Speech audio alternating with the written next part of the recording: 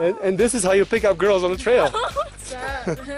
Hello. Pretty girls. See, all you need is a cheap bike. Hey guys, I've finally done some updates to the Anchier bicycle. It's still running, believe it or not. I almost clock in almost 2,000 miles on it since I got it. Had a couple of repairs that I had to do. There's some flimsy stuff that the bicycle was built with. But these are the updates that I've done to it so far. Kevlar rear tire, very, very important. If you have one of these bicycles, remember there is a certain pressure that you have to run on these tires.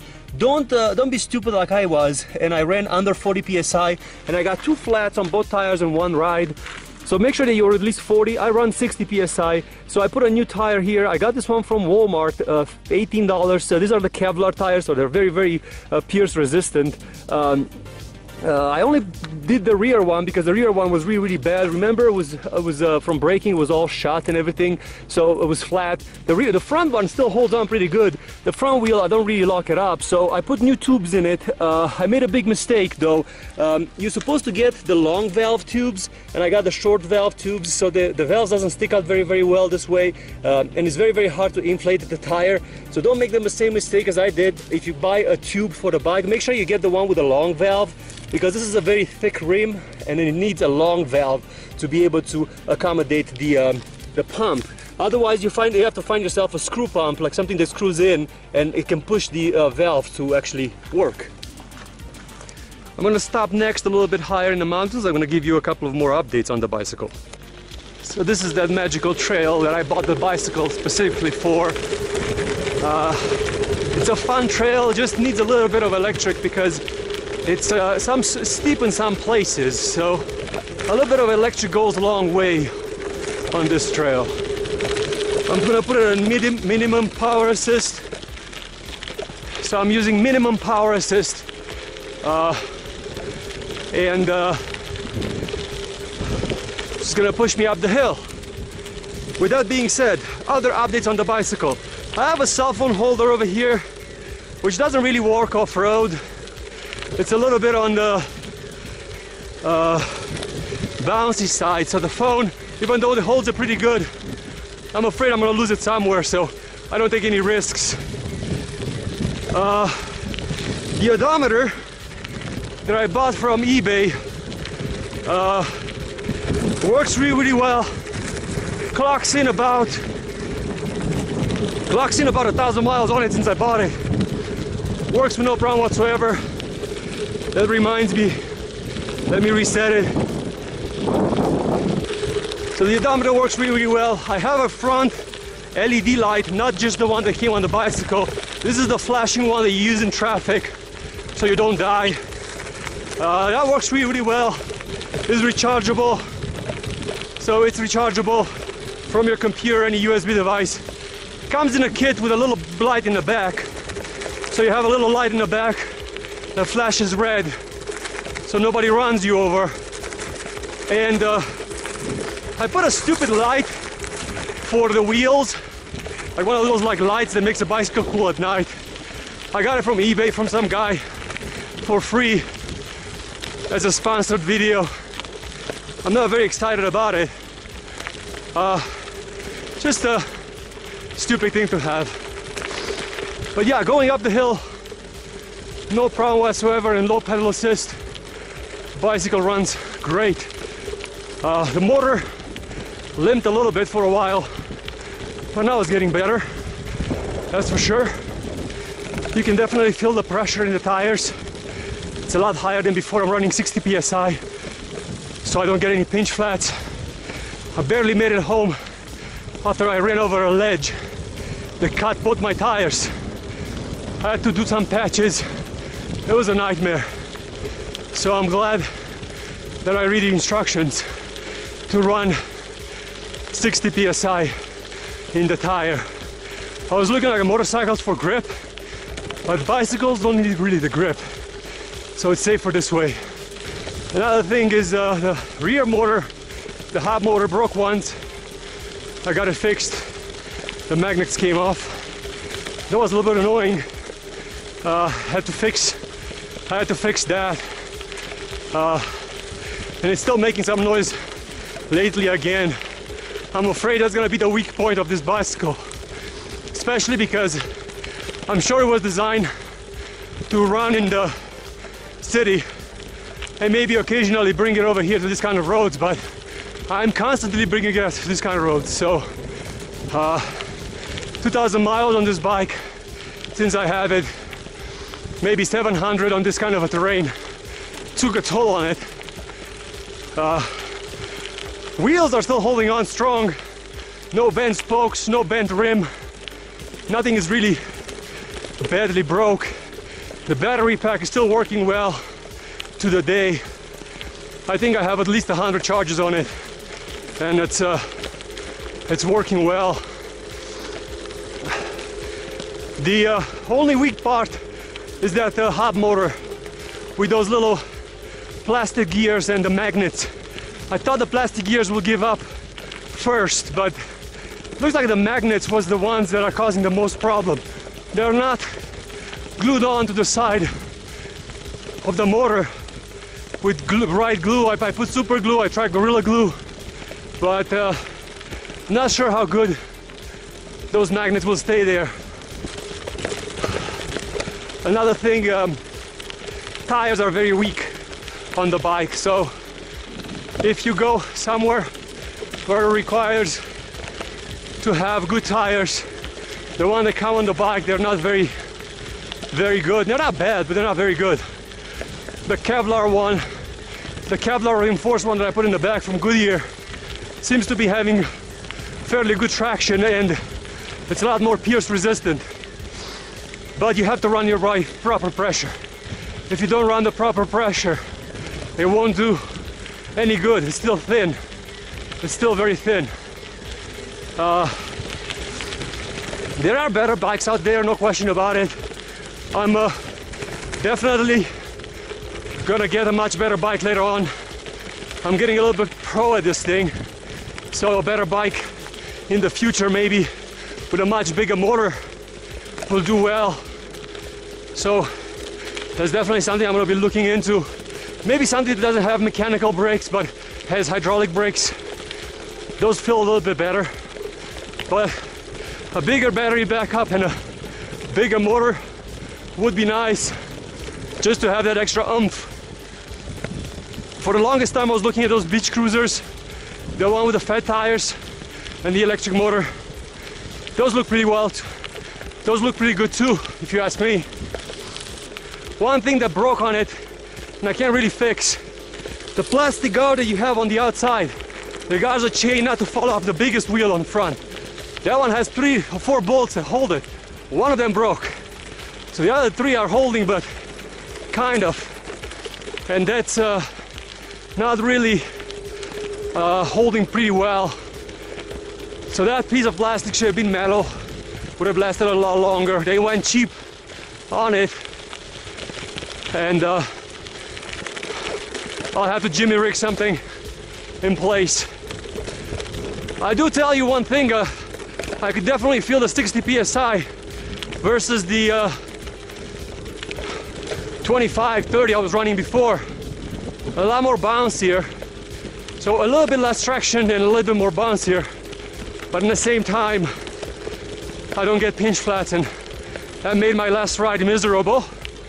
I got 2 pinch flats, like a ledge like this. Just went over it really fast, under braking, and I heard a hissing noise. As soon as I went over, I stopped. I fixed the front. By the time I got to the rear, it was flat too. That was really annoying. So, running the proper pressure on this bike is definitely recommended.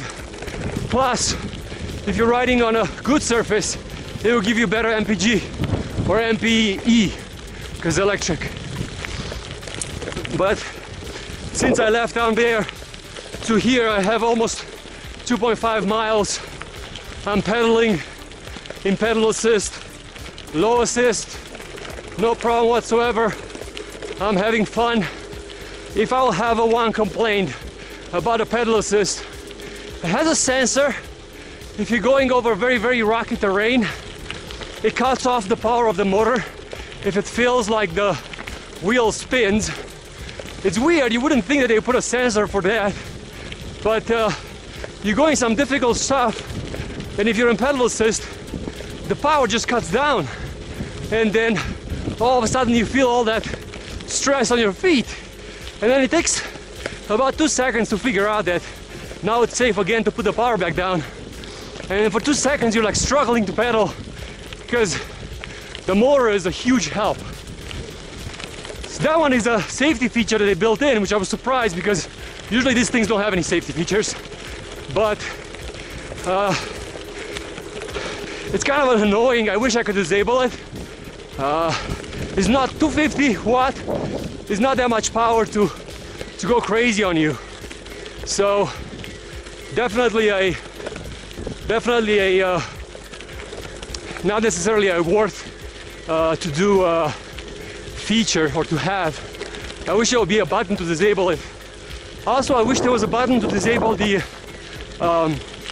maximum speed.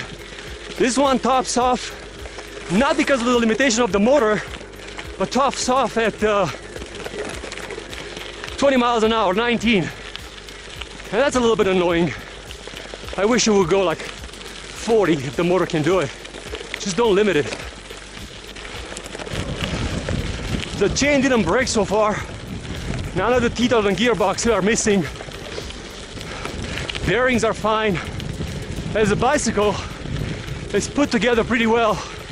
The electronics for the motor didn't have any problems. Battery is rock solid. The only thing is the hub motor, which I don't trust. Every ride I go, it feels it broke, but then I go home and it's fine. Another upgrade that is coming to this bicycle, it's a better seat. This seat is a little bit on the hard side. It's too small. I have a small ass, but I need a better seat for it. A little bit more wide, a little bit more, you know, cushy. So I bought a cover for this one. Didn't do much. So I definitely need a better seat. About 20 bucks upgrade, totally worth it. And for those that are trying to say right now, well, you should have bought a better bike. It would have not come with a better seat. Most of them come with these hard seats, but because it's the type of a bike you sit on a lot, I will have to say that a better seat definitely worth it. Talking about brakes. Brakes are okay. They're not great.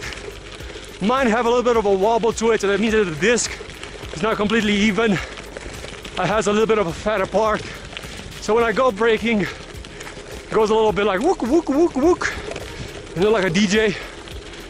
And that is prone to block the wheel in a certain spot all the time. So you get a little bit of a wear and tear on the tires sometimes.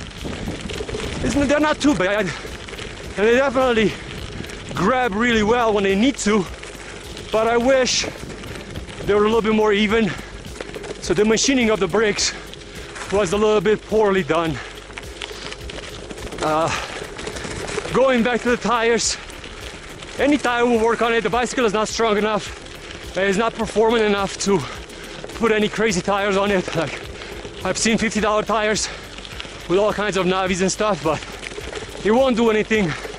I went for the Kevlar alternative, thicker compound, less prone to piercing, so grass and shit doesn't go through. Because the original tires, grass will go through if it's really thick grass. So definitely something to think about. Kevlar tires, I think it's a good upgrade. Also, I installed the heavy tubes. So I installed heavy tubes on the bike just because I just didn't want to deal with the pinching and piercing and all that stuff. And they were like only $1 more expensive. So they're not expensive at all. The only thing you have to be careful, valve. I used the wrong valve for it. So get the longer valve, otherwise you're gonna have a hard time inflating the tires because it doesn't stick out much. The rims on these bikes are thick. And not to mention, get the pressure, get the proper pressure in. It definitely needs proper pressure. Otherwise, you're gonna get flats all over the place. If you have to lose a little bit of traction, lose a little bit of traction. It's much better than not having tires. Trust me, it happened to me 7 miles from the car. I had to inflate the tires 20 times on my last ride with patches. It was terrible. So I am mile 4 right now on the dash. Pretty good ride over here. I went there last time, fun trail, but I'm gonna go this way. It's a nice loop that goes this way. Something else that I want to try. It's gonna get gnarly over here, so this will be a completely different video. It will not be a review on the bike. It will just be a little bit more like ridey. So check out my other videos. I'm gonna put some links left and right. Click the subscribe button. Click like, click hate, whatever you feel like it. And check out my Amazon affiliate links at the bottom. The link for the bicycle is gonna be at the bottom of the video. You can buy them at Amazon for about 600 bucks. That will support my channel at no extra cost to you. Thank you very much for watching. Vegas Romaniac out.